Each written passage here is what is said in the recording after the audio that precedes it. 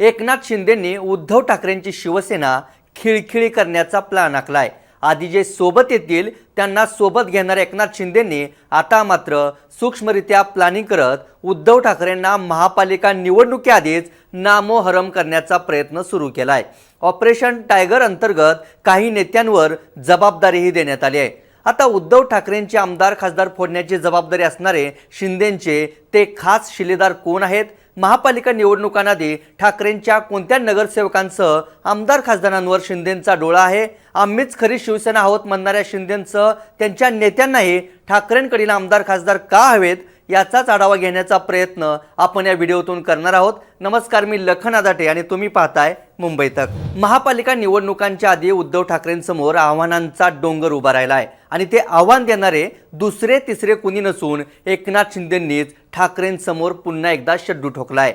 2.5 वर्षापूर्वी बंड करताना अनेक गोष्टी घडत गेल्या, पण आता ठाकरेंच्या शिवसेनेची कुमक कमी करून नामोहरम करण्यासाठी एकनाथ शिंदेंनी शिस्तबद्ध नियोजन केलंय। त्यासाठी स्पेशल 12 ही टीमही मैदानात उतरवली आहे। खुद्द शिंदे गटाकडूनच याला दुजोरा देण्यात आलाय। मंत्री प्रताप सरनाईक काय म्हणत आहेत ते पहा। टायगरची जबाबदारी ही फक्त प्रताप सरनाईक किंवा भरत गोगावले नाही, आम्हा सगळ्या 12 मंत्र्यांची आहे आणि मुख्यमंत्री एकनाथ शिंदे यांच्या मार्गदर्शनाखाली धाराशिव जिल्ह्यामध्ये स्वतः एकनाथ शिंदे सर पण लक्ष घालतात। धाराशिवमध्ये एकनाथ शिंदेंचं लक्ष आहे म्हणत ठाकरेंच्या खास शिलेदारांवरही विशेष लक्ष असल्याचं त्यांच्याशी खुद्द शिंदेही बोलत असल्याचं सुतोवाच प्रताप सरनाईकांनी केलंय। खासदार ओमराजे निंबाळकर आणि आमदार कैलास पाटलांसारख्या ठाकरेंच्या निष्ठावंतांचं मन वळवण्यासाठी एकनाथ शिंदेंकडून सुद्धा प्रयत्न सुरू असल्याची चर्चा आता सरनाईकांच्या वक्तव्यानंतर सुरू झाली आहे। आता एकनाथ शिंदेंचे ते स्पेशल 12 कोण आहेत ते पाहूयात। शिंदेंचे ऑपरेशन टायगर मधील शिलेदार आहेत मंत्री उदय सामंत, प्रताप सरनाईक, शंभूराज देसाई, योगेश कदम, भरत गोगावले, दादा भुसे, गुलाबराव पाटील, संजय राठोड, संजय शिरसाट, आशिष जयस्वाल, प्रकाश आबिटकर हे शिलेदार ठाकरेंचे निष्ठावंत फोडण्याचा प्रयत्न करतील। आता प्रताप सरनाईकांच्या वक्तव्याला स्पेशल 12 मधील शिलेदार मंत्री उदय सामंतांनीही दुजोरा दिलाय। फक्त मुंबईच नव्हे तर तालुक्यांमध्ये ऑपरेशन टायगर राबवणार असल्याचं म्हणत उदय सामंतांनी प्लॅन सांगितलाय।